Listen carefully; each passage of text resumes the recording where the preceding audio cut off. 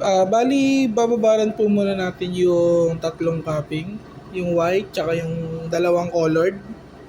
Bababaran po muna ng cleaning solution.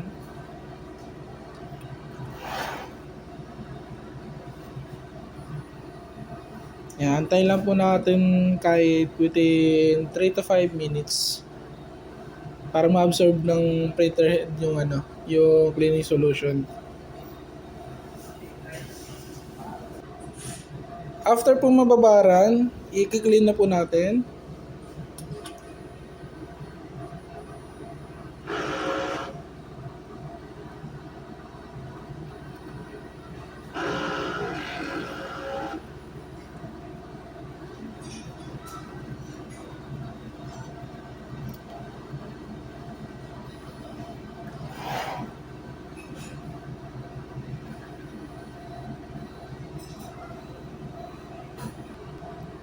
Then after nyan, nozzle check.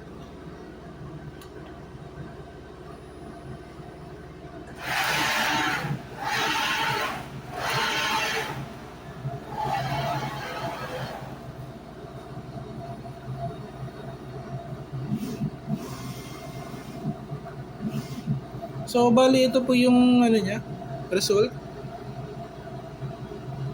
May mga naghalo na ink sa yellow. Almost nagiging naluwag po siya ng blue.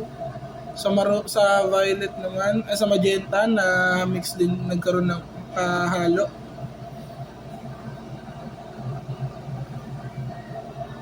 Ayan po.